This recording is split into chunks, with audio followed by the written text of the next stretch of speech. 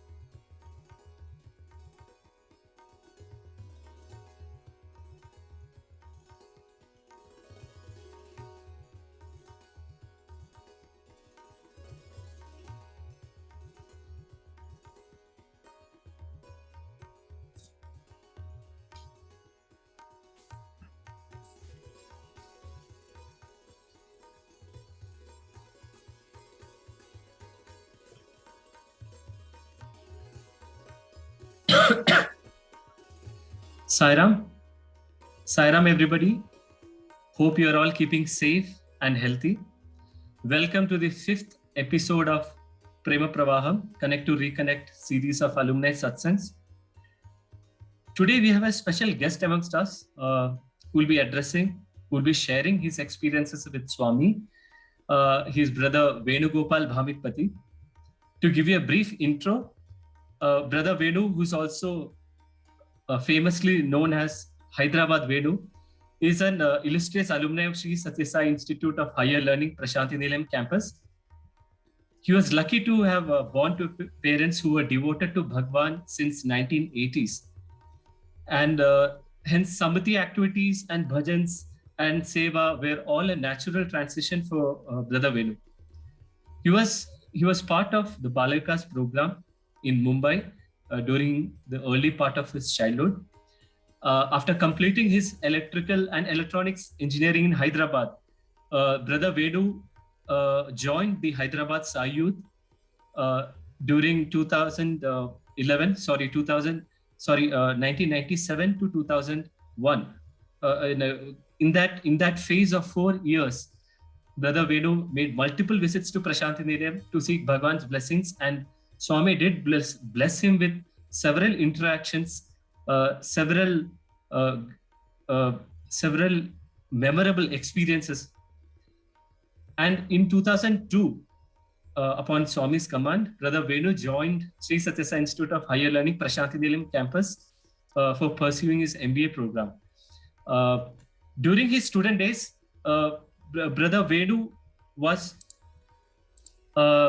blessed with several opportunities to perform in Swami's divine presence, especially in cultural presentations such as dramas.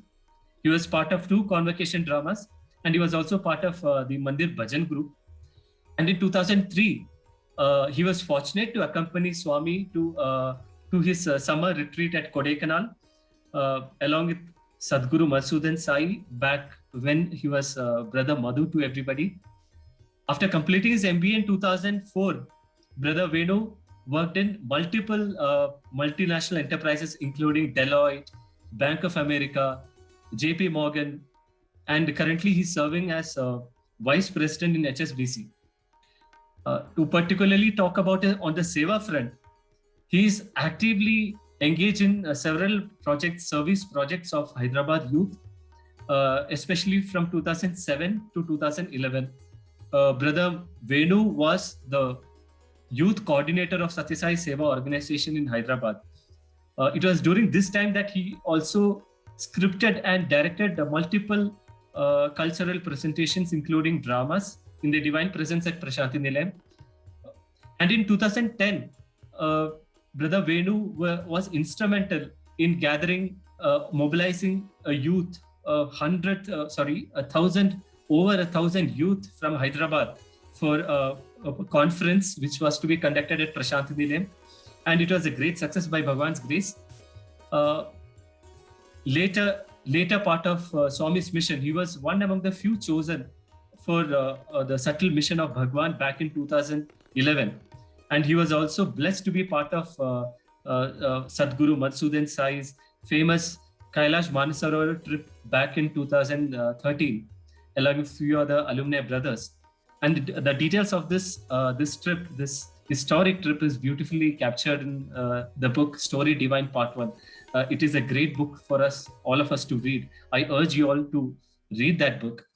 And today, Brother Venu is with us to share glimpses of the partnership that he always cherishes with Bhagwan in every action that he undertakes, wherein Swami is more like a friend or a guide or a mentor or a divine partner, so to say. So, and that is one of the main reasons today's session is aptly titled Partnering with God. And he's a treasure house of beautiful experiences with Bhagwan, both when it comes to even the smallest of the remarks from Bhagwan, which imbibes the greatest of the lessons, or even be the most childish experiences with Bhagwan during those wonderful, memorable trips to Kodaikanal. And I'm sure he has a great more to share with us. Also, he'll be sharing us with us the updates of all the seva activities that he's currently undertaking at Hyderabad. I now request Brother Venu to take over from here and wish you all a very happy listening. Jai Sairam. Sairam to everyone. Thank you, Gautam. I think that was uh, quite an intro. uh, just to start with, I just wanted to check if I'm audible. Am Yes, I brother, audible? you're Can you audible. hear me clearly? Okay, good, good. Okay, so yes, so the talk has been titled "Partnering with God," and I I would like to first start off with a small prayer to Bhagwan. Um, I offer my most humble salutations at Bhagwan's lotus feet, and I pray that he helps me speak whatever is relevant and whatever is useful for everyone. And with that, I'd like to quickly start off. I know a lot of people may not know me so well, so I'll give a little bit of background on how we first came to Swami's fold in the first place, and then we'll slowly move on into my experiences with Bhagwan, both as a Hyderabad youth member, as a student, and how I was blessed to be able to see multiple facets of the divine. Thanks to Swami choosing me to be part of a lot of the seva activity that Swami wanted me to be part of.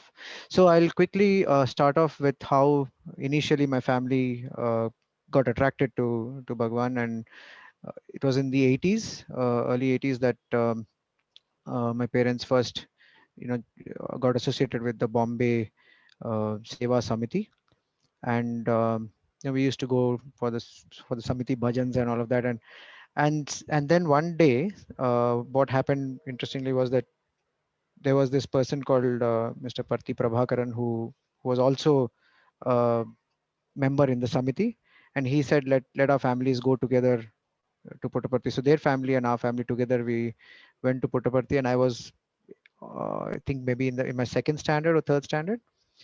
So that trip was a memorable trip because it pretty much changed my father's life, and subsequently all our lives, because it made us start looking at Swami not just as any other spiritual personality, but as God incarnate. And personally, for me, that trip was very memorable as well, because as a little mischievous young lad, I enjoyed the Prashant Nilayam trip, because there was that time it was no Kulwant Hall, all beautiful sands around, and lots of space, open spaces to play around with.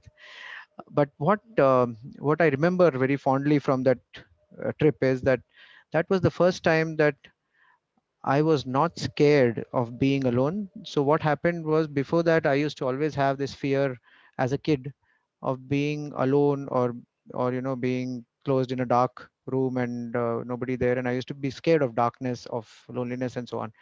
But something happened in that trip, and that fear completely vanished. It so happened that the room that we were given in Prashant Nilayam, because of the hurry to get to darshan in time, somehow I got locked in that room, and my parents left, and it was some time before they realized and came back to pick me up. But surprisingly, I was not scared, and that was the first time that I realized that if you start believing that you are with someone who's divine, then automatically the fears vanish. And that was a lesson I carry with me to this day, although it was at a very, very young age. I mean, second standard, you can imagine it's like I'm talking about, what, 7 years old. But that sat deep in my psyche. Of course, subsequently we had several trips. We didn't have several trips, actually. We went in the 90s, early 90s, to Brindavan. My parents were frequenting Prashant Nilayam, but as a young lad, I didn't really go there very often. And as with most youngsters, doubts start creeping in, and you start not believing, and that's where you say the head takes over from the heart. And and then slowly I started having different friends and other kinds of friend circles who used to question this whole Sai Baba phenomenon thing, and I started becoming a little more of a skeptic than a believer. So long story short, years rolled by, and I was in my 12th standard. And that's the age where you're on the cusp of, being getting into a degree or a professional course, and you're under maximum pressure also as a student, to be able to do well, because that will probably shape your future and all of that. And during those times, what happened was, after my 12th and before I was about to join my engineering, um, my father used to visit the house of a certain Mr. Krishnamurti here in Hyderabad, and in whose house there were a lot of miracles happening. And that's how Swami puts his first, your bait, right? So that was the bait. So they forced me to attend a bhajan in their house, and I went with my parents for the first time, and I saw all, there were multiple pictures with vibhuti flowing from the pictures, and all of that.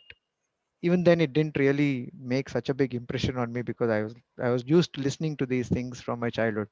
So I wasn't someone who was totally blown away because a miracle happened. But interestingly, what happened was, without my knowledge, my father had given my name for a trip to Prashanti Nilayam, where students of the Satyasai Vidya Vihar from Hyderabad were going to Prashant Nilayam, and along with them, there were 5 or 6 seats left, so they were opening that up for others, and I was one among them. Little did I realize then that these things happen because the divine call happens, right? And in fact, I was upset. I was arguing with my father. Why did you pay the money? I don't want to go there and all of that. But subsequently, I went along. What happened in that trip was very interesting, because once I reached Prashanti Nilayam, and there were these batches of, Vidya Vihar 10th class, with the 10th class students of Vidya Vihar, and I was just sitting behind because I was one of the extras, so to say. So there was a large contingent of students and teachers, and as Swami came along in the Kulwant Hall for darshan, and this was, I'm talking about, roughly around 96, around that time. So Swami, as he came along for darshan, and he inquired of the teachers who were sitting in front, and he said, when did you come? How many of you are there? And he inquired, and then he said, I will see. And Swami, as is his usual routine, he picked people for interviews, and he went in. The moment he went in, there were these Vidyavihar teachers who were talking to each other and saying, "Hey, Swami is gone in anyways, so why not take the students to Chitravati to see Chitravati?" I mean, there was no water in the Chitravati that time, but still they wanted to go and have a look. The other teacher said, "But Swami said that he will see. So isn't it better to wait here?" So the two teachers couldn't agree with each other. One teacher took his contingent of 10th class students and went to see Chitravati. The other teacher sat with his students there. And I don't belong to either, right? So I was I was thinking, is it a good idea to go see Chitravati? Because you've come all the way, maybe you should do that. And I thought, okay, let me go and have a look. And I also got up and joined that group which was going out. And as I was going out of the gate, there was some voice, something ringing in me saying that, why do you want to go to Chitravati? Why do you want to go to Chitravati? Get back in. And I was conveniently ignoring. This is what happens, right? So this is a classic example of when Swami is trying to say something to you and you don't want to listen. And of course, Swami has his own ways, right? So a little more forceful. So what happened is, as soon as I crossed the Ganesh gate, and that the gate that's right opposite the Ganesh temple, and as I was walking out, there was this little elderly gentleman who came. The whole contingent was there. I was along with them. He just stopped me and he said, "Where are you going?" I said, "We are all going to see Chitravati." And this person told, "What will you see in Chitravati? There's nothing to see there. You have come to see Chitravati, or you have come to see Sai Baba?" And then he said, "You don't even have chappals. Just get back in." And then it was like more like a confirmation from you, voice within, and then somebody from outside also telling you that. And I thought, no, no, let's just get back in. And I took a U-turn, got back in, went and sat behind the group which was sitting there. And now the group was smaller, right? So I was just 3 4 rows, 3 rows behind. And as soon as I sat there, the interview room door opened. Swami walked straight to this teacher, and he asked, "Where are the others?" And this is what happens typically. I mean, if you've been with Swami for some time, you will know that he will wait for the opportune moment to say such a thing. And then he said, "Where are the others?" And then the teacher said, "Swami," in Telugu, because all are Telugu. So he said, "Swami, వాళ్ళు Chitravati చూడడానికి, they've gone to see Chitravati." And immediately Swami said, have they come to see Chitravati, or have they come to see Swami?"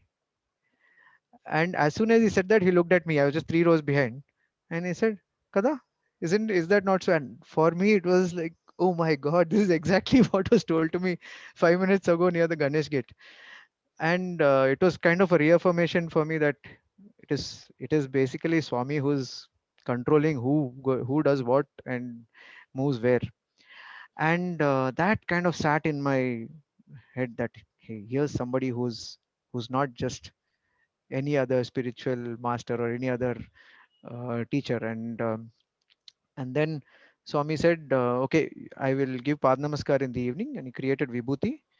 And that was the first time I was seeing creation of from Swami's hands from such close quarters. And then it just flowed, and there was a heap of vibhuti that he created and put in the teacher's hands. And he said, "Not for you alone, this is for everybody." So, and he said, "In the evening, you guys, you all Miranta, you sit there, all of you sit there, and I will come there." So there, meaning usually where we now have or where the old students or alumni block is, right next to the mandir. So and Swami went away, and I was already shaken with this experience, and there was some respect which had already built in my heart for Swami now. That evening, the during the darshan round, Swami comes, and as soon as he came to grant Pad Namaskar, as he was walking, and everybody was having letters in their hands, wanted to say something to Swami or take his blessing. And I was I was wondering, is this really God? And already between morning and afternoon, already doubts started creeping in. So is this really God? Is this really, you know because for me, the concept of God was Lord Krishna, was my favorite deity. And I was facing that Krishna idol which is on the side of that mandir, which is holding the flute, and that posture. And I was looking at that Krishna idol and saying, "Is this really you?" And I said, "Okay, if it is really you, then let's have a wager. Let's have a bet.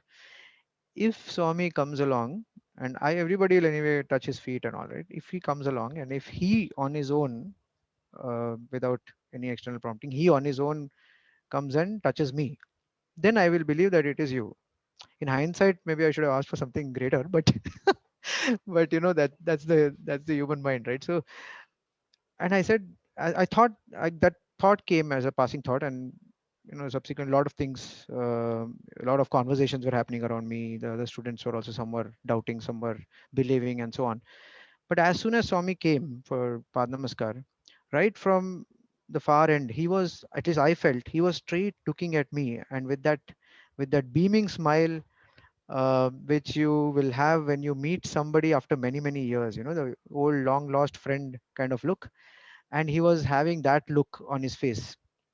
And I thought, is he really looking at me? So I was, for a moment, I was like, maybe it's this person next to me. And but he was looking straight bang at me. And as he walked closer, it became more and more evident that he was giving that surprise, that, "Oh, Ochava," type, that kind of look. And as he came closer and closer, and by that time I forgot whatever I had thought, that this is the wager. And I just had my namaskar. And then he walked past. And now what happens is, when in this Pad Namaskar, people sit back to back. So the moment Swami walks along from where you are, and then he comes to the other side. And no, I had turned around, because everybody turns around as Swami goes. That's it. And there was some couple of boys who, even before Swami came, I could hear them talk, because they were right behind me. And they were like, let's test this Baba. Let's see if he really creates stuff and all that. So he said, "Acha, okay, you ask for Vibhuti. I will see how he will create, and whether he'll remove it from his sleeve." And this kind of conversation was going on. And exactly when Swami came to them, those boys asked for Vibhuti. One of them asked for Vibhuti. And Swami, just for the you know, just to prove to the other guy, Swami pulled up his sleeve and he created the vibhuti and gave it to them. And then he said, are you students? Then both those guys said yes. And then he looked at me and said, are you a student? And I didn't know what to say because I was not a Vidya Vihar student, right? So I didn't know what to say. And then Swami smiled and he said, come here. And I moved forward and he put the vibhuti on my forehead. And and after that he walked away. And after that, I don't know what happened to me. I was continuously weeping for the next half an hour or 40 minutes till the bhajans ended. In fact, continuously tears were flowing down my cheeks and I was pretty much shivering. That's what people around me told me. But and I don't know what came over me, but one thing was clear, that this was some extraordinary experience. And post that, it was much later in the day that I realized that actually I had prayed that if you are Lord Krishna, then you should come and bless me in this way. And that's exactly what happened. So this incident kind of shook me, and then I came back to Hyderabad and I thought, okay, I should do something, some as an expression of gratitude. And interestingly, the same boy in whose house these bhajans were going on, where my parents had taken me, was part of the Hyderabad youth. And he told me, he heard about this, saw me blessing me in this way, and he told me, why don't you come and join the Hyderabad youth? And that's how I got in touch with them, and I started to participate in the activities of the Hyderabad youth. And that's how my entry into the Hyderabad youth happened. So this was how I got introduced to the Hyderabad youth team. And then from there on I started seeing a different facet of Swami, how he interacts with the youth, how he guides them, how he becomes one among the youth. So that whole thing where we keep hearing where Swami says, I'm a woman among women, I'm a child among children. Similarly, he's a youth among youth. I mean, that's how I can put it, because he's very much more vibrant, youngster among most vibrant youngster among the youth team, so to say. And I'll come to a couple of experiences with the youth team. But before that, what I'd like to do is I'll also share a couple of experiences that kind of shaped how my family actually got started to believe in Swami a little more and all that. So there was this experience where my mother was sick and she was hospitalized. And she had some kind of some surgery to be done on her, because of some problem in the stomach. And during this time, as a young boy, we were pretty insensitive. Or at least I was pretty insensitive. I shouldn't speak so about my brother. He probably was a little more sensitive because he was older. But I was pretty insensitive. I couldn't really relate to the pain or the you know the difficult situation that my mother was going through. So she was hospitalized, and what happened was, the night on after which night before the operation would be performed, my mother's sister-in-law, which is my mother's brother's wife, came over to be as the attendant at the hospital. And she, as was her habit, she was chanting the Lalita Sahasranama. And as she was chanting the Lalita Sahasranama, she started hearing somebody else also chanting the Lalita Sahasranama with her in that ward, in that room. And my mother was already under a lot of medication and she was asleep. So this lady got scared, and my aunt, she got scared and she went and she woke my mother up and she said, "Hey Lakshmi, are you chanting Lalita Sahasranama with me?" And then she said, "No, I'm sleeping. Why are you even disturbing me?" And she even turned the other way and then she tried to sleep again. And then my aunt continued chanting the Lalita Sahasranama Stotra, and suddenly she heard the voice again. And this time, as she looked around, there was an easy chair near the bed on which she saw Swami, and she saw him in that ward, and he was looking at my mother, and with his Abhay Hasta, he was blessing her. And this, she was so excited. Now, this aunt of mine never even visited Prashant Nilayam, never saw Swami physically, so she had only seen him in pictures. And she narrated this to me later, saying that this is what happened, and I tried to tell people, but nobody believed me. And of course, it's needless to say that my mother, the operation was successful. My mother was okay, and she's not had that problem ever since. But this was one, a fantastic experience that the family narrated. But still, it was not somebody in the family, in our close family, who had seen Swami, right? So there was another incident which happened. So my father was in a public sector company, and it wasn't doing very well. He was very upset that the things were not going the way he was expecting things to go. And one of the interesting things that happened during that phase was that this incident, why I'm narrating this incident is because how Swami started to come in and try to do that hand holding thing is what I'm trying to say. So he was not it was not doing very well. He was quite upset. He didn't know what to do. There was a lot of pressure on him. And there in fact he was in charge of disbursing salaries, and the salaries, there was no money to give away to the workforce, and there were labor union problems, and people were threatening him. All of this scenario was on. and and one night he just sat down with his head in his hands, and he was wondering what needs to happen and all. And he felt Swami, coming and sitting next to him in that room on that bed and patting him and saying, "Don't worry, everything will be all right. I will take care from here on." And interestingly enough, the next day, as soon as he went to office, before anything, he all the issues got solved. There were DDs that came in. He was able to pay off the salaries. And not just that, that company became one of the Navaratna companies that in those days, which the government company.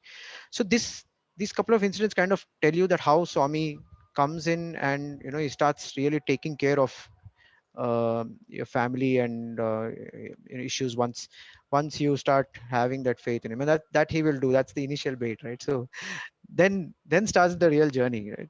So I'll come back now to my journey with the youth team. And as soon as I joined the Hyderabad youth team, one of the things that we would do is we would go to villages, conduct gram sevas, and it used to be a fantastic activity. One day there will be a unit of band of boys doing medical camps. There'll be a band of boys doing veterinary service. There'll be another batch of boys who will be doing shrama seva, which is doing some physical activity, and so on. And like this, there'll be a whole gamut of activities happening. In the evening, it'll all culminate with a pallaki seva, which means you carry Swami's picture on your in a palanquin on your shoulders, and go around the village singing bhajans, and then congregate everybody, and then there'll be a cultural program. So that's how the format was. And this was a format which was designed by Swami, because he said that that you should bring back the culture of being able to do all these Vidhi Natakal, or street dramas and stuff like that. And you should teach them health and hygiene, teach them things to do and all that. So all of this activity would create a lot of energy and a lot of joy among all the youngsters. The best part of it was, from here, after doing the camp for 3 or 4 days, we would sometimes go to Prashant Nilayam, and there Swami would bless us, tremendously and all. So one particular year, I think 1997, we went over to Prashant Nilayam after doing a 3-day camp. And then Swami called us in for an interview, and he was super happy. He was telling all the students who were sitting in the veranda, "See, these are my boys from Hyderabad. They've done so much seva. They don't even get off their bed when they're at home, but they went to the villages, they swept the roads there, they've done all kinds of work." And he was trying to tell the students that there's so much, so that it gives me so much joy that youngsters are actually going and doing a lot of seva in the villages. And once this happened, one of the boys, one of the boys got very excited, and he said to Swami, "Swami, you should also come to the village." And then Swami said, "I am there, నేను అక్కడే ఉన్నాను. I am there with you." And then he said, "But Swami, you should no, not like that, Swami, you should come." Then he said, "No, no, no, when you have me in your heart, and you sing with all your heart, and you're engaged in seva, I am there. You know how I come? I don't come in a I don't come in a train. I don't come in a car. I don't come in an aeroplane. I come in a flash, he said. Okay. Now this flash thing is interesting. I'll come to why he said. So he said, I come in a flash. And then subsequently, we thought, wow, okay, Swami said something nice and all that. After a couple of months, we had another 3 day, 4 day. I mean, that was a phase where we were almost every month we were having Gram Seva camps and all. So after a couple of months, we had another 3, 4 day camp, and I distinctly remember this was just after Guru Purnima. 1 week after Guru Purnima, we went there to Prashant Nilayam, and Swami once again. That those were the days where the Hyderabad youth team was in very in form, you can say. So he called all of us. We were 40 of us in the interview room. You can imagine. I mean, those of you who've been in the interview room in Prashant Nilayam can imagine how crammed it must be inside. So we all went in, and then so Swami was standing at the door. He opened the door for us. We all went in, and then Swami had to come in now. So how does Swami enter? It's already jam packed, and that was so beautiful to see. Swami, pulled up his robe, the dhoti, a little bit like that, and literally he jumped like that, between us, in between, in between us, and he kind of jumped onto the chair and sat down. And and then this time, what we had done was, so the once the Gram Seva was over, we immediately, so there was this guy who had brought a new camera with him, and we took all the pictures, and we thought this time we should take an album to show to Swami the pictures. So we made a nice album. In fact, I remember we got it done in Anantapur just before coming to Prashant Nilayam. We got it done one day before. We sent one guy, and so the album was ready. In fact, none of us had seen the album. Only the guy who collected the album from the photo studios. So those were not the digital photograph days, right? So you had to actually give it one day in advance. That then you get the prints, and the album is ready. So we tied a nice ribbon to the album, and we thought Swami should see the album first. So we brought the album to Swami, and as soon as Swami came in and sat like that, and then he said, "Emira, evi pictures తెచ్చారు కదా చూపించండి." He said, "You guys brought the pictures. Show me." So as soon as somebody was about to pass it on, then he looked at the same guy to whom he had said in the last interview, "I will come in a flash." Looked at him and he said, "నేను ఏం చెప్పాను? Flash లో వస్తానని చెప్పాను. You take that album," he told. He made him open the album. He said, "Go to fourth page. Look at the photo on the bottom right." And as soon as he flipped across and looked at that picture, the picture had in Telugu across the picture of, and that was a picture of the Palaki Seva, so where we hold the palanquin, and Swami's picture is there. And across that picture in Telugu it was written Baba, flash, on the picture. And then he said, "See, I I think, told you I will come in a brother, flash." I think we lost you for just 10 seconds. What the picture says, we exactly lost you there. Okay, can you hear me okay now? Am I Yes, audible now? brother. Yes, brother. Yeah, so what I was saying is, so Swami made the same boy open the album to whom he had said that I will come in a flash. And he said, "Open the album, go to the fourth page, look at the picture on the bottom right." And then as soon as he looked at that picture, it was the picture where we usually do the Palaki Seva. We hold Swami and Swami's picture on the palanquin. On that picture, there was a flash saying Baba in Telugu. In Telugu, you have the letters Baba, and then immediately Swami says, "See, I told you, I will come in a flash." And that was a like a zap moment for me, because the previous, it's one thing to say, I what, I come in a flash, but to show it in that way was a beautiful thing. So that was a very beautiful experience that I recall. The other beautiful thing, and then I think in the same interview, was at the end of the interview when we all get up to go out, because it was so jam packed. In fact, even Swami's robe was all drenched with sweat, and it was so jam packed that when you get up, the floor is a little wet because of the sweat and all. So one of the boys noticed that the floor is wet, and before moving out, Swami said, "Chalo padandi." So time అయిపోయింది, let's go.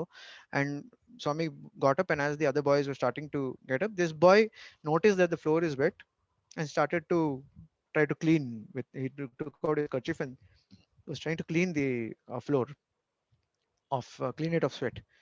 And then what Swami said really shook me that day. He said, "Dan Turchavadra, don't wipe it. Pavitramaina Ganga Jalam adi," he told. No, this is, it is like the sacred Ganges. Don't try to wipe it. And then he said, "You don't know. Seva chesi vachina valla chamata anta pavitramainadi," he told. Those who have done seva and come, even their sweat is so sacred. So that that was another, zap moment for me, so to say, because this is, it's so unusual to see someone speak so highly about seva. And that was another beautiful experience that I cherish in my heart.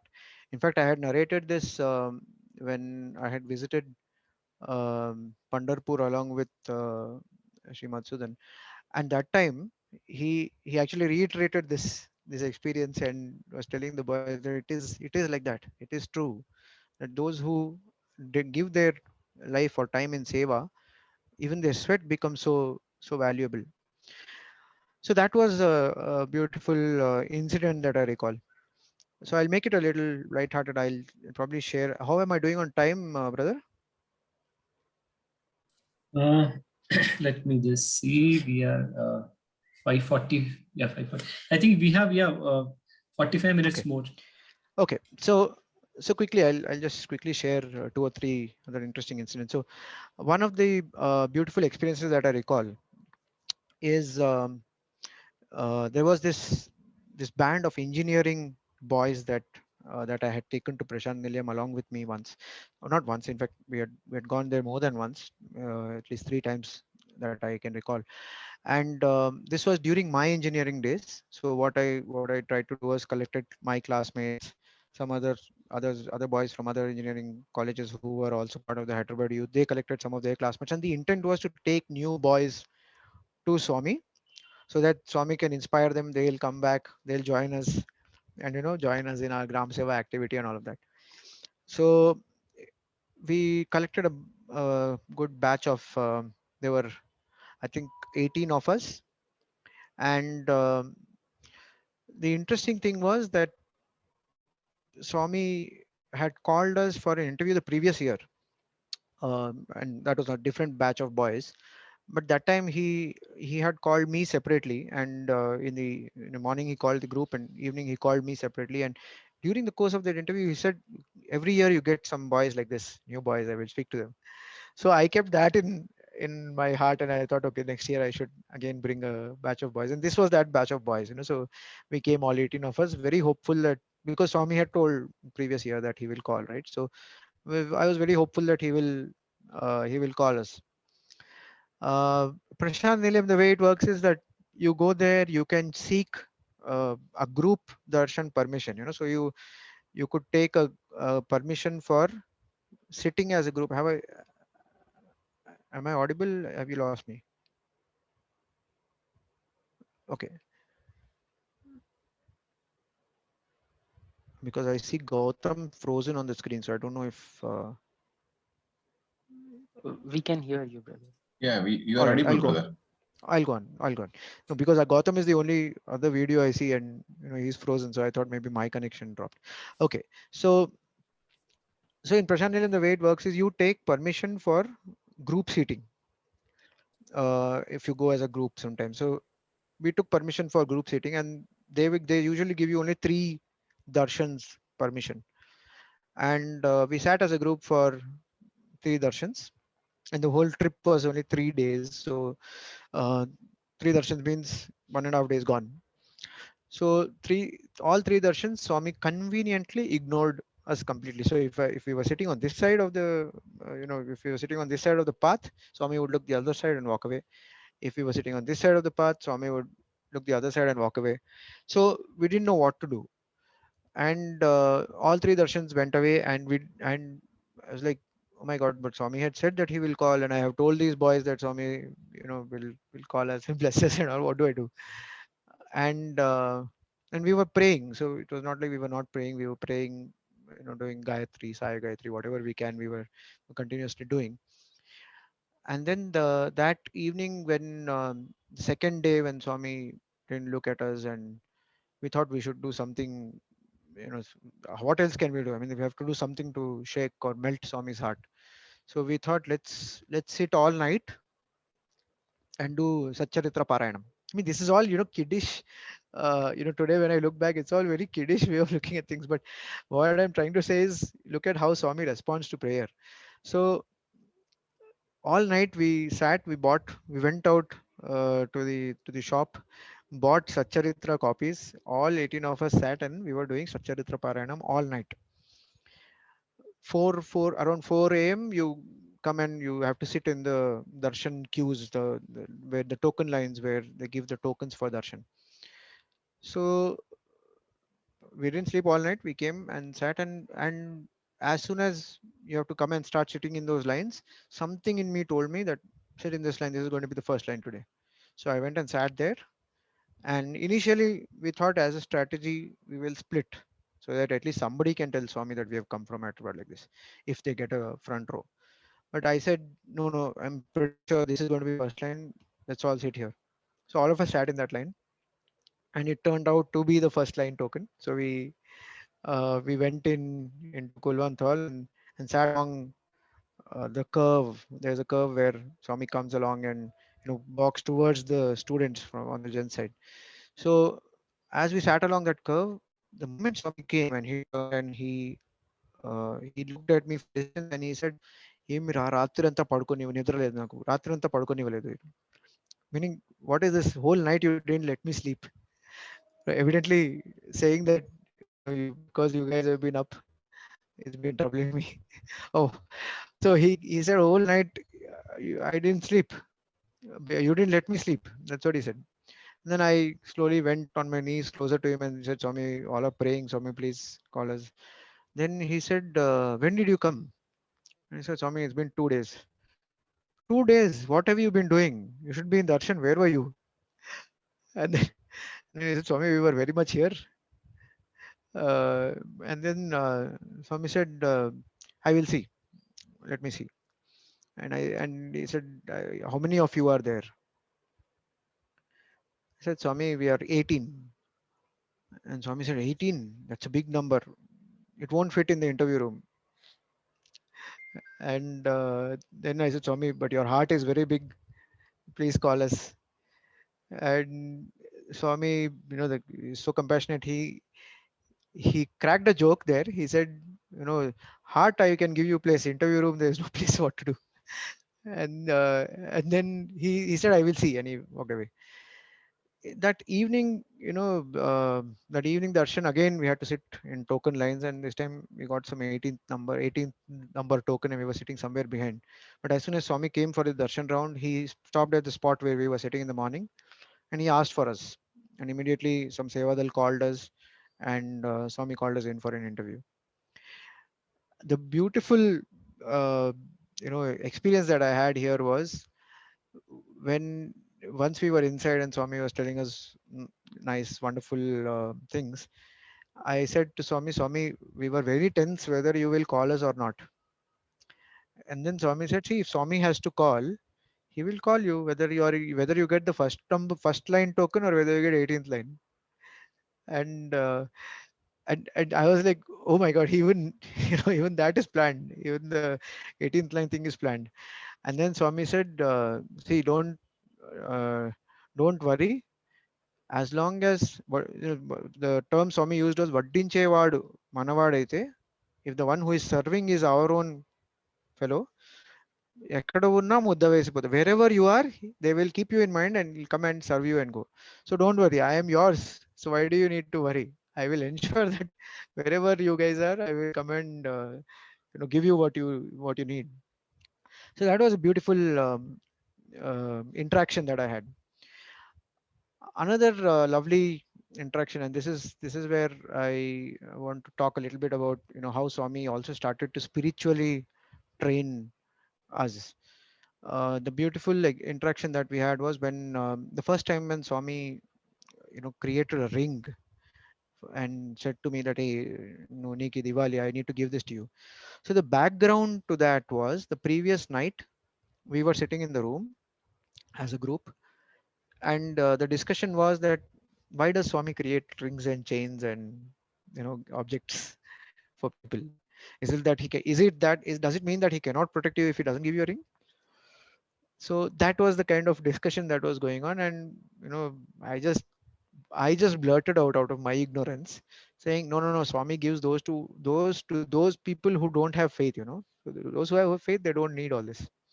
And here we are the next day morning in the interview room, and Swami is creating a ring and telling me, "You come, I want to give you a ring." No, I was thinking, oh my God! Just yesterday I was contradicting Swami and contradicting this and saying, oh, this is for faithless people. And here he is in front of the team wanting to give me a ring, and I am saying, no, Swami, I don't want a ring. And that thing went on for a minute, where Swami is saying, you come here, I want to give you a ring, and I am saying, no, Swami, I don't want a ring. And finally Swami said, hey, when Swami says, take it, you should take it, come here. So he became a little serious, and I went close to him. And it's not about the ring. So here's where the lesson comes. As he was putting the ring onto my finger, he bent lower, and I don't know if anybody else could hear. He very softly he told me, equanimity means equanimity means whether you are given or not given, you should be the same. Not wanting something is also ego.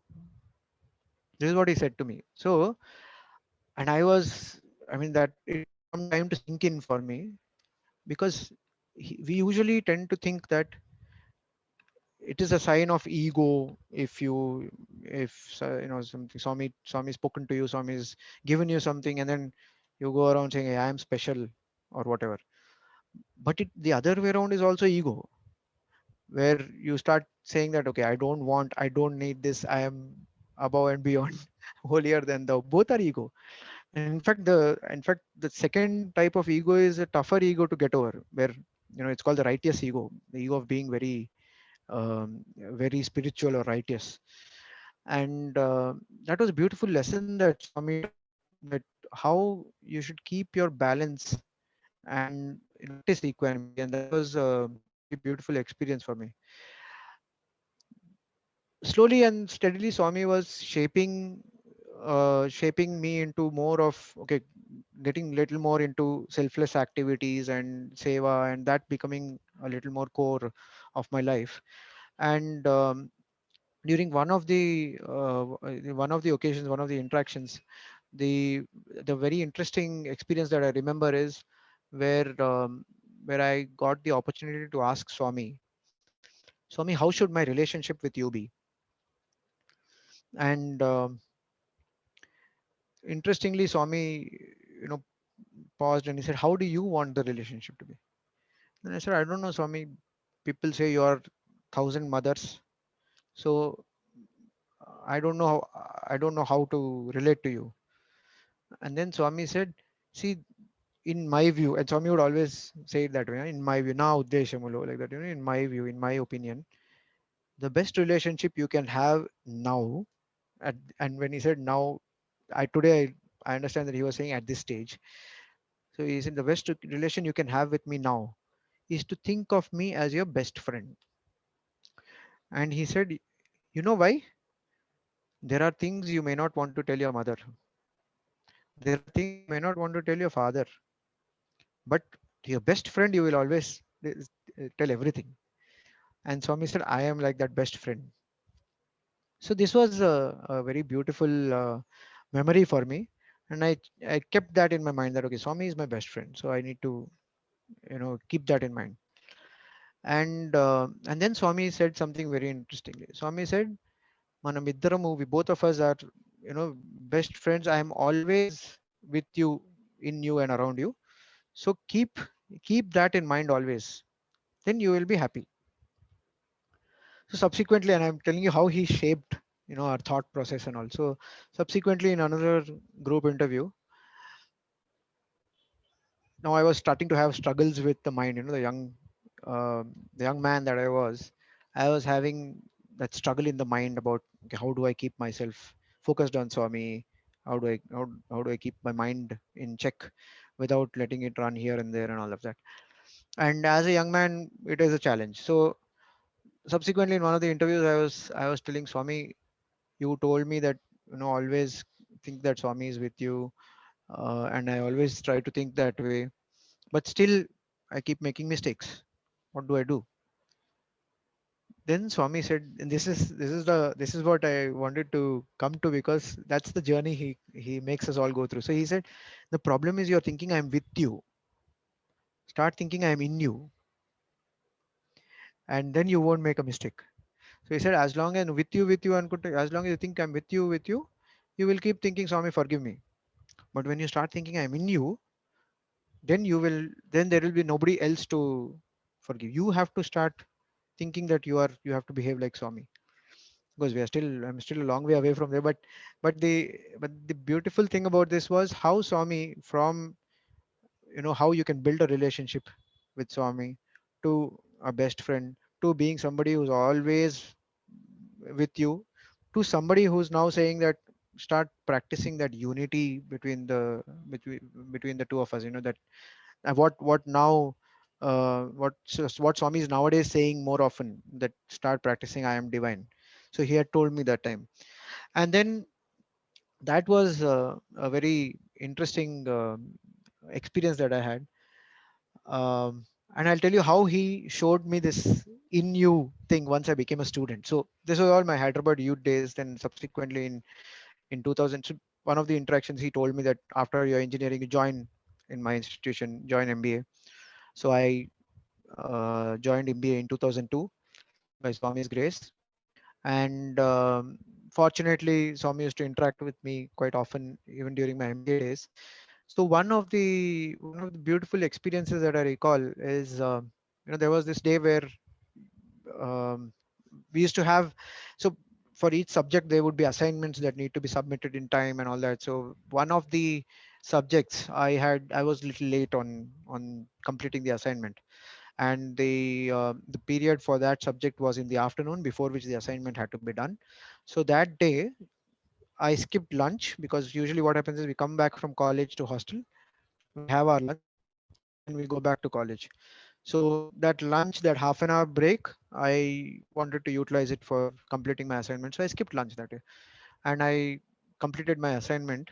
And post the college session, we generally go over to the mandir for darshan. And I went over to the mandir for darshan at around 3:30.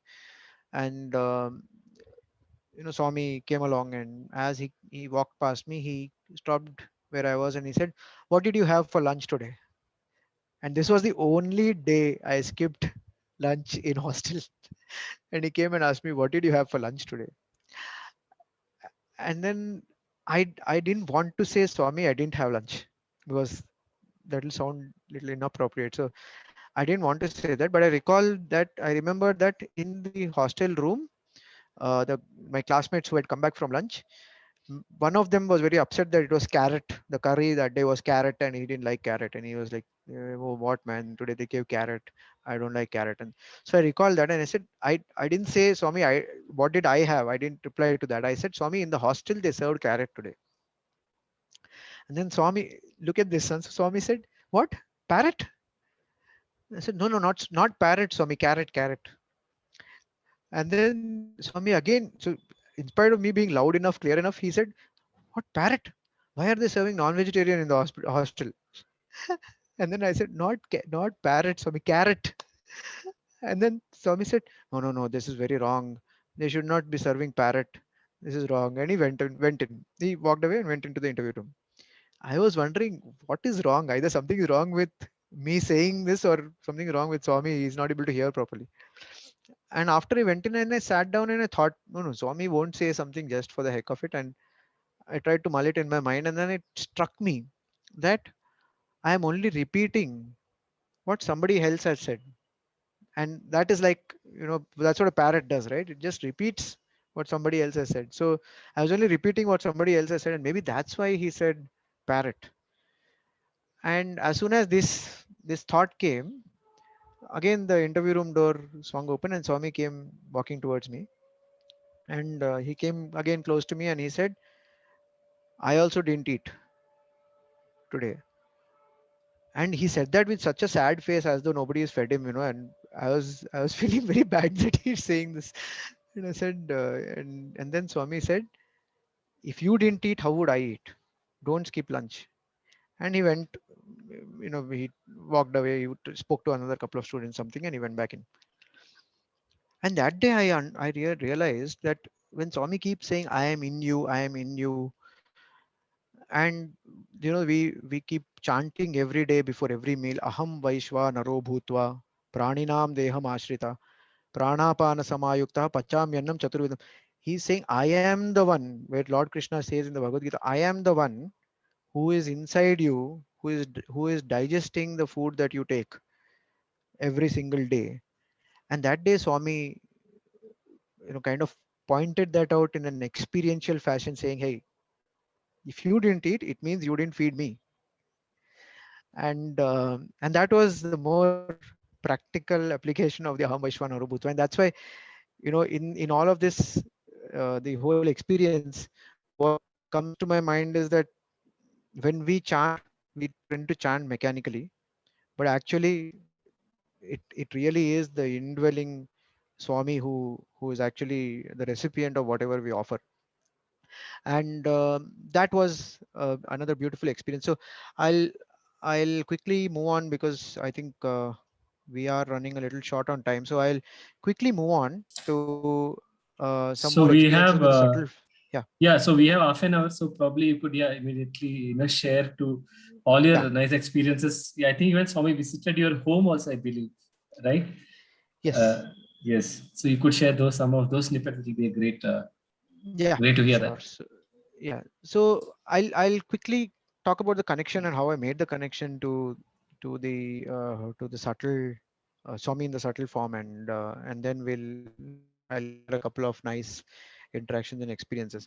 So in the year 2011, when Madhu was more Madhu brother, I mean, not what it is like today, but when in 2011 he called me uh, in 2011 one fine day, when all of us were actually in a very kind of depressed mode, because Swami had physically left all of us. And you know it was a time where even on the youth team side, we kind of lost the energy, and we thought, oh, it's all over, Swami is gone. But because all of what we used to do and come together and do and take it to Swami, and that whole reason suddenly vanished. There was a big void. And it was during that time that one fine day I got a call from Madhu. And he said, Venu, I don't know how to tell you this, because we knew each other well, because we were together in convocation dramas, we were together in alumni dramas, we were together in the Kodai trip in 2003. So we knew each other very well. But you know this particular call was a little different. So he called me and he said, I don't know how to tell you this, I don't know how you will take this, but over the last couple of months, Swami has been appearing to me and talking to me. And you by nature, I am usually a skeptical person, because anybody says something like this, I'll first thing I'll say is, okay, boss, I don't want to talk about this. But because I knew him very well, and I knew the kind of person that he is, I said, good for you, Madhu. It's good for you. I'm happy for you. And then he said, no. The reason why I've called is not to tell you this. The reason I've called you is because today he was saying that he wants to talk to you. And then I said, okay, but I don't generally believe in such things, so you know it's okay. Then he said, okay, shall I tell this to Swami? Is it okay? I said, yes, please tell. And I cut the line. Again, a day later, a couple of days later, he calls again and he said, today again he was asking about you. I told him, but he said, no, he will tell like that only. You ask him to come. Then I said, see, Madhu, I don't believe in all this. So, it's good for you that you are having this kind of an experience, but I have other plans, so it's okay. Let's leave it here. And then he said, no, the reason why I'm calling you is because Swami said that there is a list of things that you need to do, which he needs to talk to you about. Now this thing triggered something, because just the previous night I had a dream. where Swami come. I am sitting in the old students block in Kulwant Hall. Swami comes along. As he comes close to me, in the dream somehow I know that Swami is already physically gone. So I get up onto my knees and say, Swami, how come you're here? People are saying you're already gone. Then he said, where will I go? See, I have all this list of things to do. And he showed me a big paper.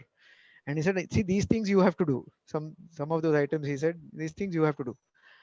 And I was like, and here Madhu who's calling and saying, Swami is saying there is a list of things that needs to, the list, the word list actually matched. And when he's saying there's this list, it struck to me that, oh, Swami had also said the same thing. And then suddenly I thought, okay, hey, there's something happening here. So I said, okay, Madhu, give me a day's time. I will come back. He said, okay. And he came again the next day and he said, Swami wanted me to ask you when you're coming. And I said, whenever Swami says, you ask him when I should come. And he said, okay. And then again in 5-10 minutes, he called back and he said, Swami is saying you're not keeping well. Actually, I was down with fever, viral fever at that time. And then he called and said, Swami is saying you're not keeping well. As soon as your health is okay, he is saying you come. And subsequently, I insisted for a date, and that was how I first even even made the journey to Bangalore, where Madhu was staying, to first experience this whole subtle form phenomenon. And of course, after I went there, Swami gave a lot of time. The whole day he spent talking to me, telling me various things which today we are seeing as reality. So some of the things which I'm talking about 2011, just a few months after Samadhi. And at that time, Swami had said that there will be one Satya Sai school in each district of Karnataka. You boys also should be ready, because after Karnataka we will come to your state. And already, the first institution outside of Karnataka was actually in the Telangana, the Prashanti Niketan College for Girls. And that he had told at that time. And he said also we will be building super specialty hospitals. First one will come up in Raipur, and it will be by next year. And literally, brothers and sisters, believe me, between these sessions, okay, let's say morning Swami spoke to me, and then and then there would be a break. Swami will say, okay, I have to go, Dasra Yagnam is going on in Parthi, I'm going, something like that he will say. And then suddenly, you know Madhu will be like Madhu, like I normally know him. And then we both went out for lunch, and we had lunch in a restaurant. And he was telling me, oh my god, Swami has been telling all these things, I don't know from where it will happen, how it will happen. And he was expressing his anguish about how can this happen. I mean, he's been talking about super specialty hospital and all, and here not even one doctor is ready to talk to me. How will these things happen? And uh, and I saw all that whole phase of struggle initially, where he was running around trying to convince people that Swami is actually guiding in all of this. So in this whole phenomenon, what happened is, after a year, really, hospital came up in Raipur. It was for all to see. Of course, I was fortunate to be part of even the Bhumi Puja, where in 2011, where a few of our alumni brothers all had come together. We did a music program there. We had the Bhumi Puja. We set up the Prema, um, the exhibition, Prema Jyoti exhibition. And um, and it was very very nice. Those days were like really very very. I remember them very fondly, because it was so much more. There was so much more access to being able to talk to Swami and clarify whatever you want to and all that. But the beautiful thing was the guidance that was coming, and every single detail which was being told exactly the way Swami would say things. Like, for example, I remember that between 2011 and 2012, sometime we did a conference in Mumbai. This was like before this whole One Nation concept had started. Long before that, we did a conference in Mumbai, where some of our senior alumni, Vijay Sai and V Kumar, were also part of it. And after that Mumbai event, so there was a big event. A lot of VIPs had come. A lot of even Sachin Tendulkar had come that time. People from the Thackeray family had come. There was like big stalwarts and big businessmen and all. And primarily because of Indulal Shah Garu's influence also. And what I recall is very clearly, after that event was over, the alumni, those of us who were associated, we were sitting down and planning on how we can follow up with the people who have come, so that then they can all come forward and we can, it can be a meaningful contribution towards whatever projects need to be done. And even for that matter, even brother Madhu was also part of that conversation and saying that we need to follow up and this and that. And the next day he calls all of us and he says, hey, hang on, Swami is saying that Swami's hand should be only on top. Ichche chahiye gani puchkune chahiye, means his hand should be only on the giving side, not on the receiving side. So you call those people nevertheless, but don't call them saying, what can you do for us? Call them, ask them what they need, and tell them that we will do what they want. But if they have any needs, we will help them. So then I thought, wow, this is like classic Swami, where he will say, I will never, extend my hand to ask somebody. So that was one of the experiences. I'll move a little bit to, fast forward a little couple of years, and I'll talk a little bit about the Kailash Mansarovar trip. So there was in 2013 sometime was the first time he told me that we will go to Kailash Mansarovar. And fortunately I was instrumental in organizing the trip, and this was only just 6 of us, very small group. We were fortunate to go to Kailash Mansarovar. Of course, it was obviously Madhu brother was the one who was able to see Swami, be able to see Lord Shiva and have the experience, but he was narrating whatever is happening to us. One incident that I recall very clearly is when we were crossing from the Nepal border through to Tibet. And for some reason, when we were in Nepal, there was a roadblock because some vehicle in front had broken down and all that. We couldn't get across. So as we approached the Tibet border, they had already closed because it was almost dusk. And at the Tibet border, they had closed that there is some immigration that needs to something that they need to check people's passports and then let them in on the other side. And this person who had organized our trip had this person who had organized our trip had accommodation only on the other side, which is on the Tibet side. So if we don't get through, we are pretty much stranded. And he didn't know what to do. He was having his hands on his head. And those people on the Tibet side were all Chinese, and they were like least relenting. I mean, not even one of. Sorry, I hope there's no Chinese on this call, but there were not even one Chinese person I've seen smiling. Yeah, so all of them were like with those sordid, serious faces, as though why are you even coming into our land? That kind of expression. And they had already shut down. They closed the counters. They went away, and we were stranded. We were standing there, and then. We were wondering what to do, and I casually walked across to Madhu brother and said, what do we do now? And then he said, we can pray, what else can we do? And he closed his eyes and he also prayed. I also prayed, everybody prayed. And then he opened his eyes and he said, Swami standing on the other side of the counter, and he's saying, come. And he actually showed, he's saying like this, come. And there was not a soul at the counter, so how will you even go to the other side? And he said, I don't know, let's just get our luggage and be ready. So we kind of got our luggage and stood and were all ready. Something happened, yeah. In the next 3-4 minutes, some lady came with a team. She opened the counters again. She let this batch in and then she closed it again. And then and then, and then we were like, yeah, since Swami said that come, so it had to happen. And then we went and joined into our accommodation and all that. So that was a very beautiful experience. I think the other experiences, a lot of experiences are already recorded and they are all there in the book. So I won't speak too much about that, but that was a really wonderful and beautiful experience that I recall. Another wonderful experience that I recall is as we were doing the parikrama.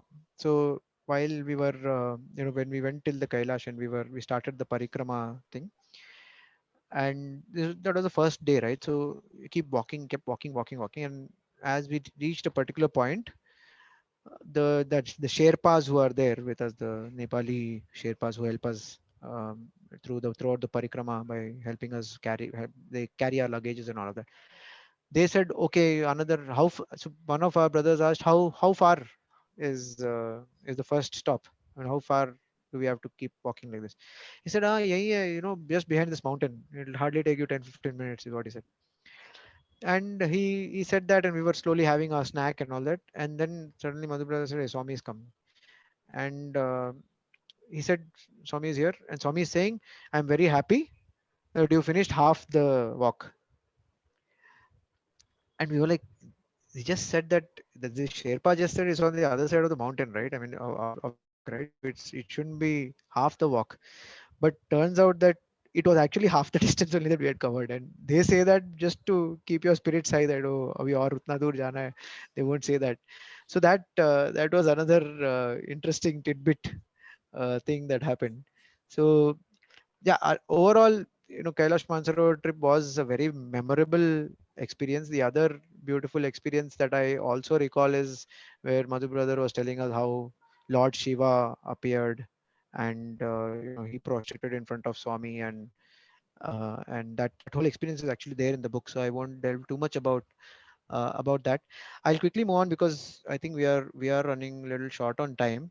I'll quickly talk about two or three places where Swami, how Swami, the partnership thing, and how Swami, brought that element while we do our seva activity, and how he's been guiding us for seva. So in the year 2006, 2005, 2006, around that time, we had started an activity called Sri Satya Sai Reprogramming Lives. Basically, what that activity was about is, where we had come across a news report where it says that there are a lot of jobs available in the industry, but the skills that our graduates come out with are not commensurate to what is needed out there. So there is a gap. So what we thought of doing was that why not run some training programs and help the youngsters who can get a job to get a job by giving imparting job skills and all. So that was the thought behind this activity. We started off with simple, some Microsoft course, Microsoft tools course, and some simple data entry and data processing kind of jobs for people who are largely finished their 10th or 12th class and have dropped out because of no money to study further. But if you could train them on something like this, they can get into some data entry jobs and all. And at that time, we had a lot of processing jobs in coming up in Hyderabad. So we ran this course, and we went to Puttaparthi, and we kind of showed the proposal. And Swami said, very nice, very happy. Go ahead, do this course.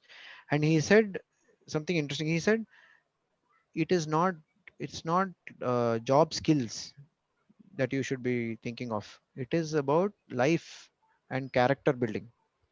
So we kind of model that into the course where there'll be value sessions and all of that.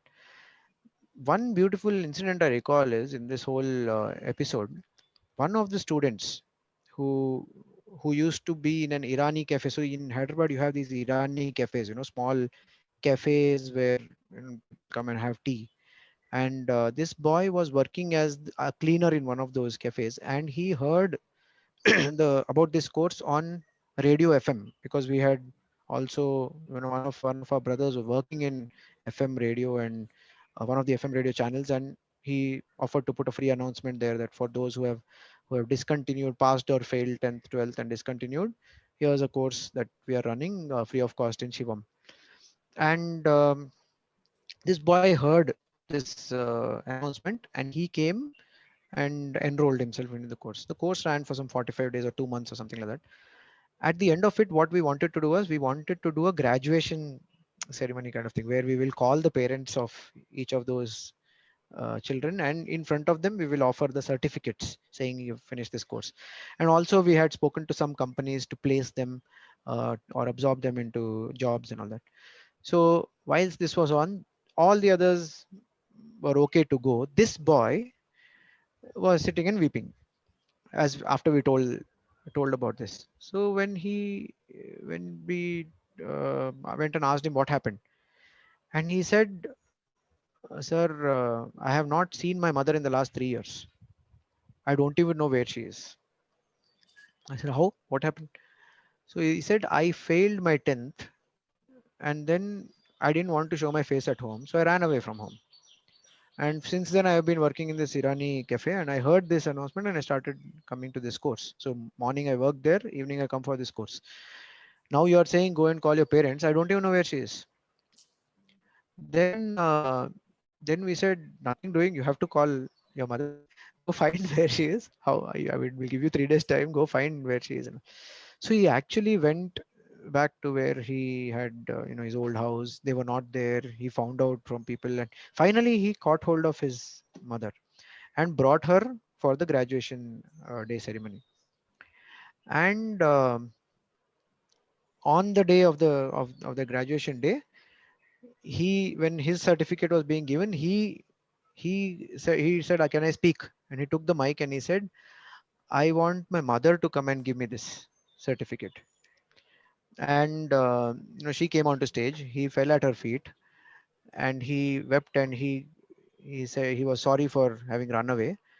And and this whole scene was so moving, and when that time it struck me when Swami said, "Talk about life. This is not about job skills. This is about life." I mean, the course was a bridge to make a mother meet her son, or the son meet his mother. And this is just one example. There are umpteen examples like this where those courses have changed a lot of people for the better. It's one thing to get a job and get settled, but the values and the value system that got inculcated was tremendous.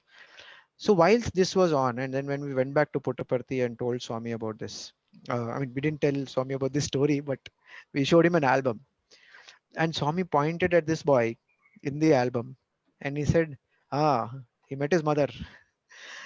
That is why I say, it's a partnership with Swami, because he is actually part of every little activity that we do.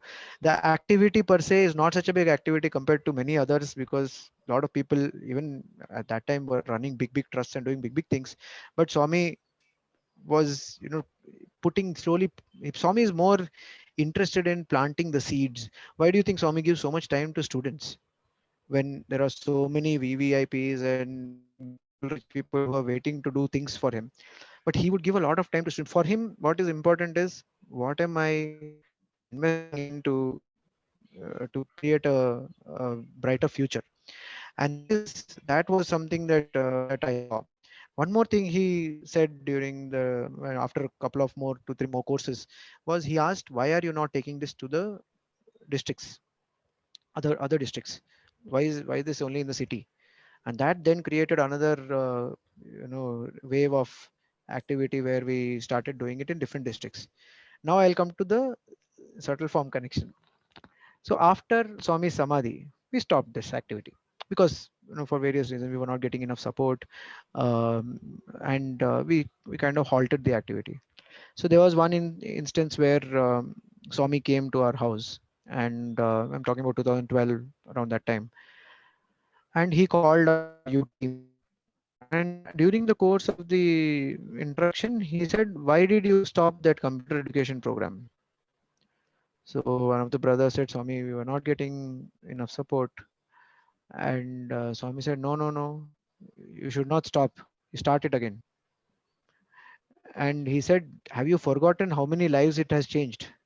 See, see how Swami is looking at what is the value outcome, and not the he didn't say, "Have you forgotten how many jobs were created?" He said, "Have you forgotten how many lives you have changed?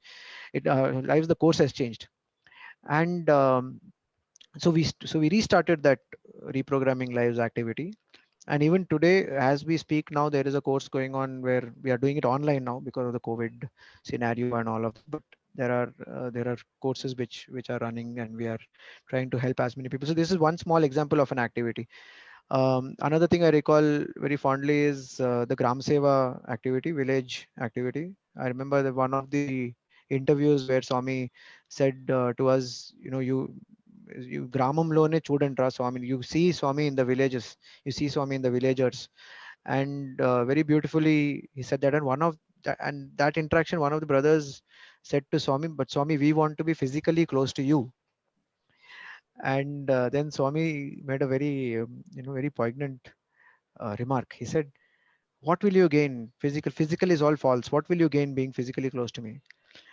And I said, but Swami, so much joy, we want to be close to you and all. Then Swami said, see, even a fly, and he said it in Telugu, I'll just say it in English. He said, even a fly comes and sits on me, on my body.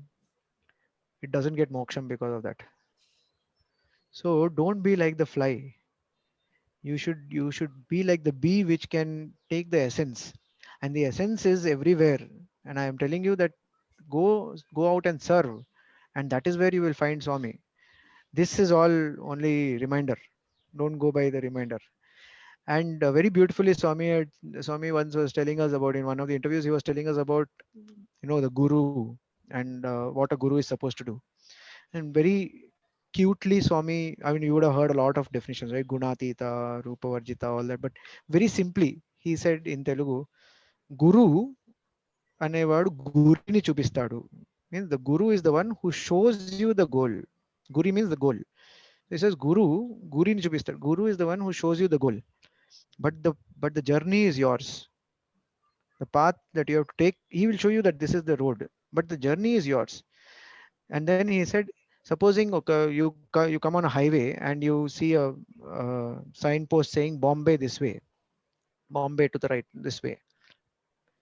Just because you see Bombay written there, will you think that, oh, you have arrived and you will sit down there thinking this is Bombay? He said, no, it is only showing you that Bombay is that direction, you have to start traveling there. So he said, that is the job of the guru. I am like that. I will show you what path you have to take. But the path you have to take. Of course, finally, maybe the destination also you'll find him only there. But that was another beautiful interaction that I recall. So yeah, so a lot of things that can be shared. I think we are already almost on time, right? Or almost completed the time. So I've not even come to activities and all of that. So Gautam, what do you want me to do now? You're on mute. Oh, sorry, we have generally the last 15 minutes dedicated to Q&As, but in this case, I think Yeah, there may I'm okay not to be any take. Q&As per se, but yeah, you could share a quick update on the activities, current activities, and then yeah, probably. Yeah, sure. So I'm just thinking, should I skim through the activity or shall we do Q&A? Yeah, so If you want to do a couple of so questions, I'm okay because nobody has yes. So in spoken, right? that So case, I far, otherwise. request all the viewers and listeners, if you have any questions, you can type it out in the chat box, and brother would be more than happy to answer them live. So in fact, while waiting for that, you could share any activity or probably any snippets from Swami's visit to your home, if there is an interesting episode or Okay, which one you worth interesting sharing. episode. Okay, interesting episodes from visits to home. Okay, so yeah, so one very interesting episode that I'll share. I think it's there in the book if I'm not wrong. But anyway, I'll nevertheless share this because this was like a very shaking experience for me. One interesting episode was one of the visits, and I'm talking about little earlier days again, where it was not yet where it was not yet Sadguru Madhusudan Sai, but more where Madhu would come home and see Swami and all that. So one of those visits, one particular day, all of a sudden he said, Venu, take out the car. We have to go somewhere. I said, where? And he said, no, we have to go to Ram. So Ramchandra is one more alumni who was working with the Raipur hospital subsequently later, but at that point in time, he was part of our youth team. So he said, Swami is saying we have to go to Ramchandra's cousin's house. I said, I don't know where it is. How do we go there? And then he said, I also don't know what to do. Swami is saying we have to go. So you find out a way. So then I called Ramchandra, and then he said that that place is somewhere in the quite far away. Yeah, I mean it's like some 20 odd kilometers from your place. How will you get there? I said, I don't know how you tell me is that, and those days it was not very common. GPS locations and all were not very common. So there was no, he didn't even have the GPS location or pin or anything of that sort. So then what happened was Ramchandra contacted that boy's sister who was having a small 6-month-old baby. Okay, and look at the, and I was so surprised with the amount of devotion and commitment people have for Swami. he- I don't know what he would have told her, because obviously he will tell her that there is this boy who can see Swami, and therefore he wants to visit this house. So therefore now you have to take them there, and it's sounding also so silly that she will come with her, but she actually came with her 6-month-old baby, and she stood on the road for us to come and pick her up, and so that she can show us where the house is.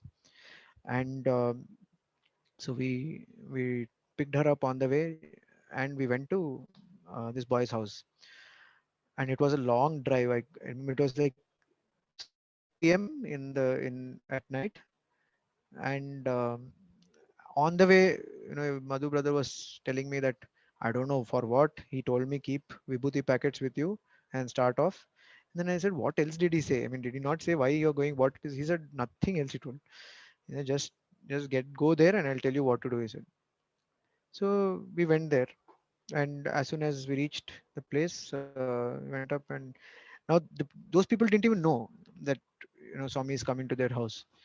So this lady who was with us, who was the sister of that boy, she we waited outside the door. She said, just give me 2 minutes. She went in, she called her mother, and then she tried, I don't know what she explained to her in those 2-3 minutes.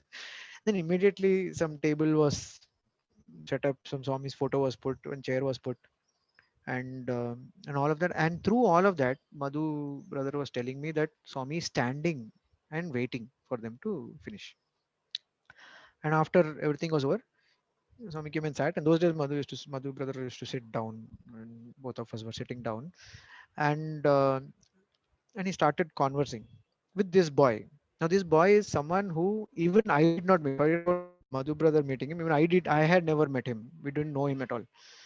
So he started saying, he said something interesting. So Swami said, see, in a car, there is some system, no? So this boy had come from UK. He had just returned from UK, and he had a physical ailment. And Swami started saying,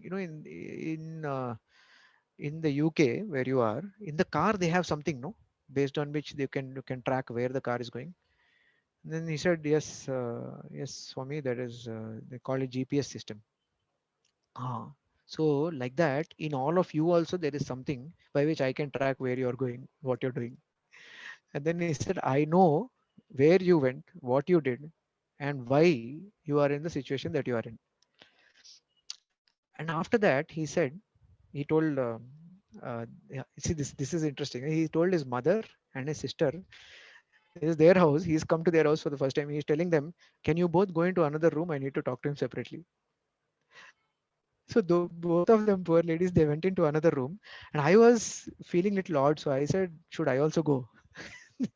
Then he said, no, Swami is saying, you sit, you wait, you have to listen to this. So I sat there, and then Swami opened out with this guy and said, what are the doctors saying? Now, interestingly, later I came to know that his mother and sister didn't even know that he was visiting a doctor because he had some serious ailment. Okay. And Swami said, what are the doctors saying? He said, Swami, they are saying it's no use. It's very advanced. We cannot help. Then Swami said, what do the doctors know? I am telling you. And then he told, take these 4 vibhuti packets. So then Madhu took out the 4 vibhuti packets and gave him and said, take these 4 vibhuti packets. There is a, if you walk, and we went in the pitch dark. Huh? It was like 8:30. There was no street lights, nothing. So we didn't even know the contours of that place. And Swami is telling him, if you walk down this road at the end towards the left, there is a Shiva temple. Yes or no? And he said, yes, Swami. Go there every Monday. Pray to Shiva. Ask him to give you a lease of life. And then come back, put the one vibhuti packet in a glass water, stir it well, and drink it with the faith that Shiva is curing you. Shiva will cure you. and do this for 4 weeks. It will go away. This was the first time I was, you know, witnessing something like this. So far, it was like Madhu brother would come home, Swami would be sitting there, he will tell something nice, which we will corroborate with something which he has told in the past and all. This was like life and death. And he told that, and then he told him, be careful, and also promise that you will not go back to wrong ways again. And provided that you will get your lease of life, because I know you're worried about your mother and what will happen to her and all. Nothing will happen, you will take care of her, don't worry.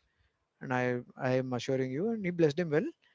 And then we came back, and while we were driving back, i asked I asked Madhu brother that, did you even understand what the ailment was? Did he tell you?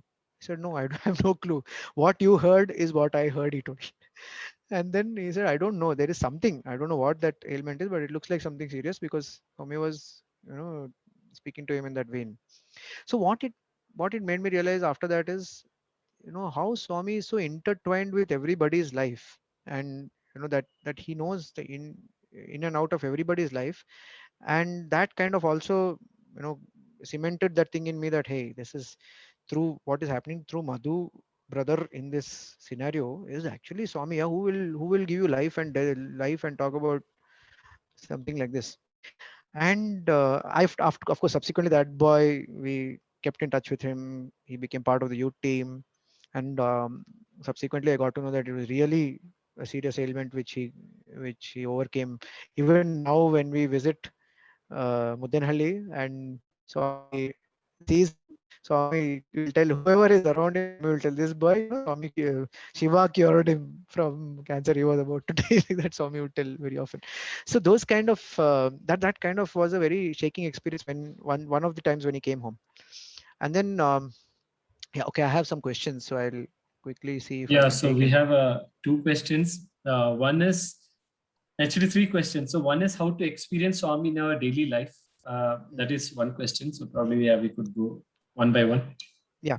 So okay, so in fact, I had asked the very same question to Swami in 2001 when we had a group interview where I said, Swami, how do we feel your presence with us all the time, every day? Then Swami made a very interesting observation. Swami said, see, if you when you cast a shadow, when you walk somewhere, you have a shadow. Do you ask for the shadow to be with you? The shadow is there, whether you want it or not. Your shadow is always with you. And then Swami said, I am not even that shadow. I am the one because of whom you're breathing. So f- take this thing out of mind, that Swami will not be with me or will be with me in such certain situations. He is with you. And so Swami kind of said, he is inta venta janta, with you, in you, around you all the time, he said. And then he said, how do you how do you experience this? And this is what the question is, right? And then he himself said, how do you experience this? Then he said, love. And he gave a very little crude example. He said, supposing you are in love with a girl, your girlfriend, how you will think of her all the time? Somebody is, all the time thinking of some. He gave another beautiful example. He gave was, when a girl is married into a family, and he said, the girl is taking care of her in-laws, she's doing all the work of the house, she's taking care of everything, but she's newly into the family. Husband goes to the office. While she is doing everything also, she's constantly thinking of her husband. And then he said, that is the way you should think of Swami. Another example he gave was, these milkmaids and the women folk, they usually have a pot of milk, a pot of water on their head, and they keep chatting with each other and walking along. And then he said, but not once is their drishti off from what they're holding on top of their head. And he said, like that, Swami should become part of your life. And for that, the easiest way, he said, is Namasmarana. So why Namasmarana? Because Swami says that, and he was telling us in that particular interview, he was saying, you see a chair, what do you think of? You think of the form of a chair, right? So he said, words have that power to make your mind think of what that word signifies. So similarly, he said, when you think of, when you chant a name, it will automatically keep serving as a reminder to you to think of the divine. So, and whatever the form of divine you choose to think of. So that is the way in which you can actually, feel Swami's presence all the time. Another thing this also will start doing is it will start helping you not to get onto the wrong path. So the moment you feel like doing something which is something Swami will not like, you probably won't get into that. Any other, Uh, any other question? yeah, so we have another Question. question regarding your drama experiences. Any backstage Ah, incidents with Swami, which okay. Yeah, lots of them. just a note to everybody. I know originally the session was planned till 6:30, but today I think we may have to extend it a little bit. So yeah, yes, please go on. Okay. Okay, backstage experiences. Yes. So, so yeah. So when I'll talk about 2002, the convocation drama. So before the drama, we all of us were standing backstage, behind the Purna Chandra stage. Swami came along, and as Swami came along, he had that year, APJ Abdul Kalam, who was the president of India, was the chief guest. So Swami was very particular that they should be very well. Of course, he always very particular that it should be well presented and all.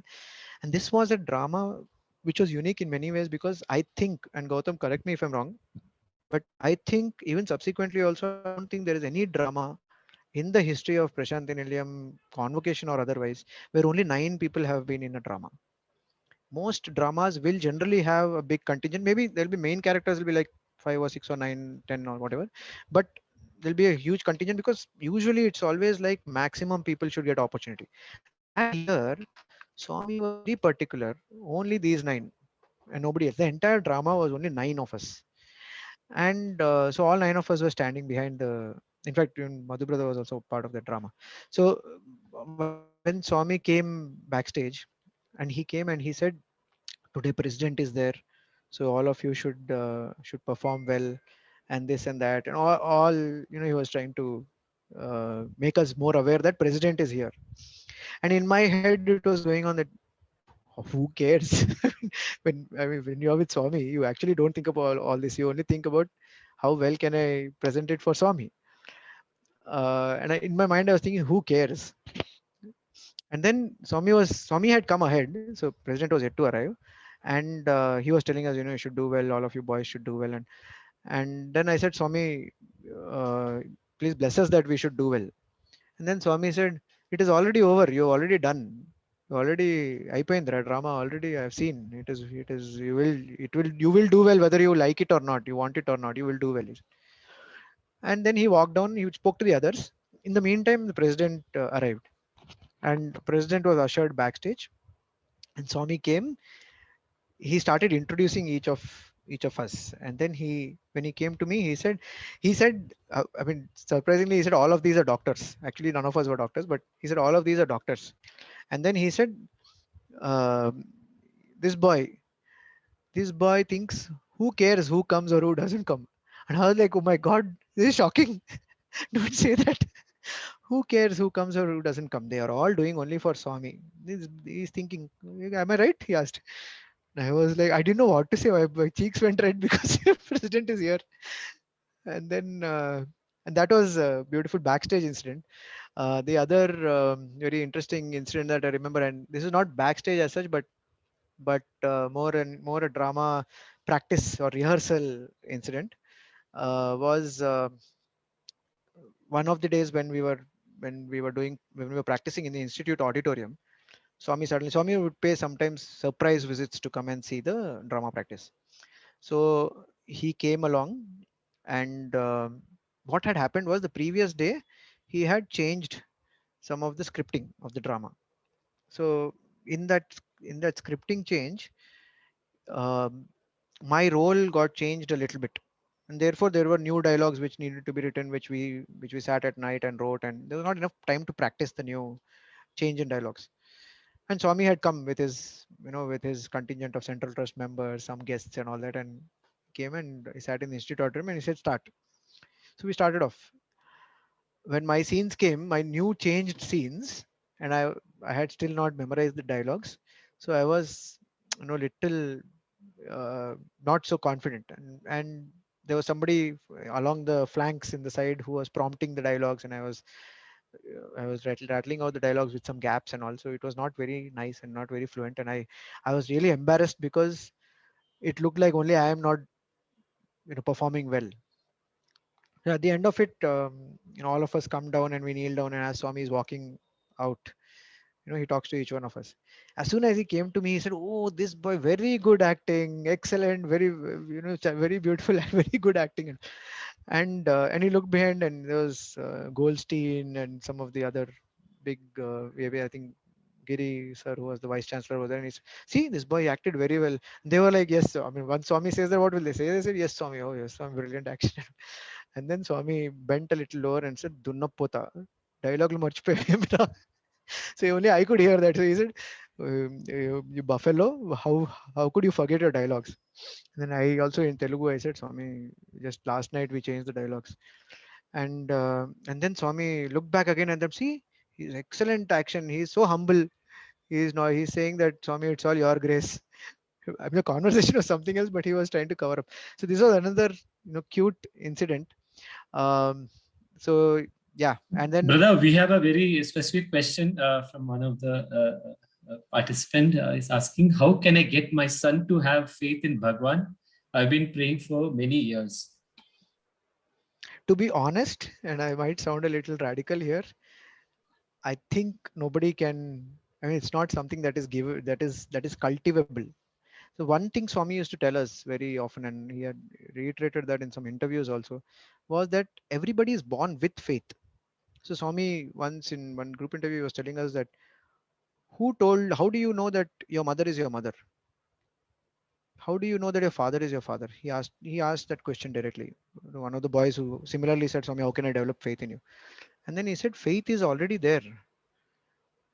The problem is that you tend to put a layer of logic on top of it. And then he said, see, it is only out of faith that you believe that your mother is your mother. Because right from your childhood and when you are a baby, once you grow up, maybe you will see that, oh, my facial features matching hers or not, maybe. But that's when the logic comes in. But all along in your childhood, who told you that? I mean, it was just faith, right? That she's your mother. So he said similarly, faith is there. Faith is already there in everyone. All you need to do is don't cover it up with your silly logic and spoil it. That is one. Second thing is, see, Swami often used to say that when you have feel that heart to heart connection, that is when the faith will blossom. It is not something that somebody can force upon somebody else, or somebody can make someone develop faith or anything of that sort.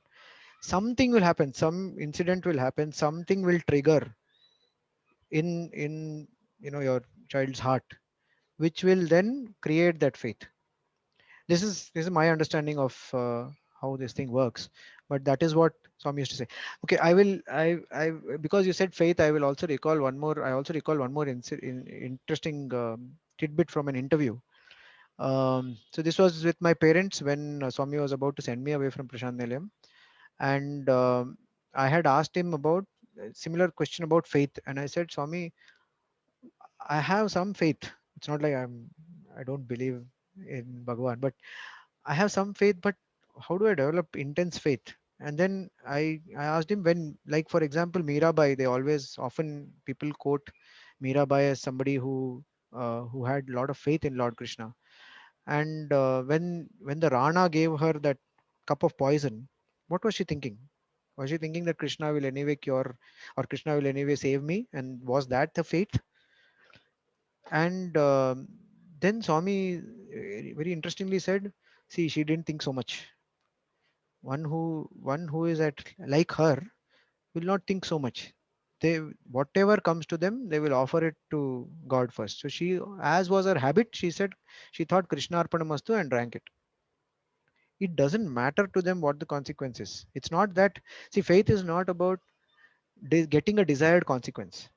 Faith is about acceptance of whatever the consequences as divine prasadam. And that is what the difference is between somebody who has a lot of faith and someone who doesn't. And therefore I would say it is very difficult to judge whether somebody has faith or not, and also difficult to try to push our brand of faith into somebody else. So it's a very individual heart to heart thing. When it has to blossom, it will blossom.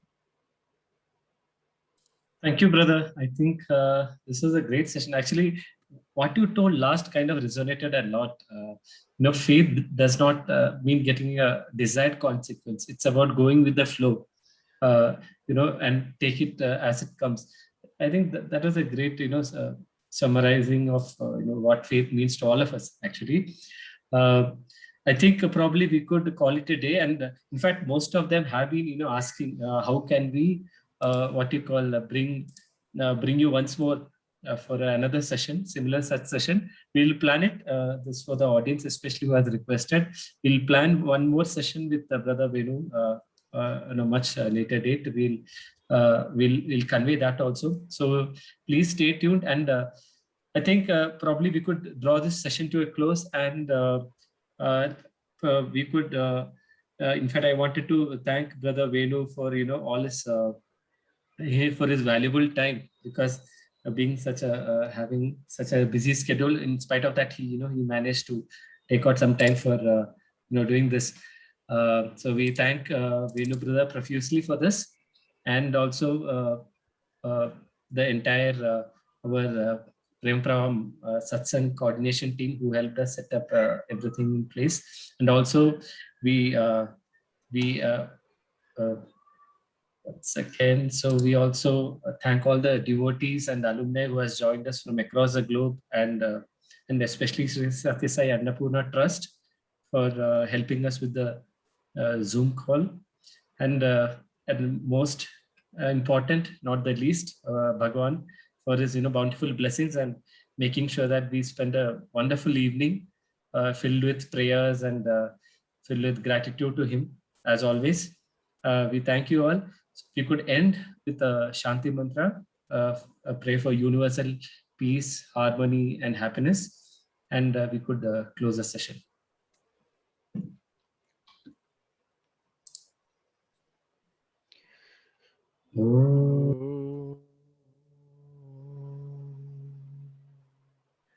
समस्त लोका सुखिनो भवन्तु, समस्त लोका सुखिनो भवन्तु, समस्त लोका सुखिनो भवन्तु. ओम शांति शांति शांति. जय बोलो भगवान श्री सत्य साई बाबा जी की. Sairam everybody. We'll update you on the next session very soon. So please stay tuned, and we'll upload this session on Children for Satya Sai YouTube official channel, and we'll also publish this video for you all to watch it again. Thank you everybody. Sairam. Thank you.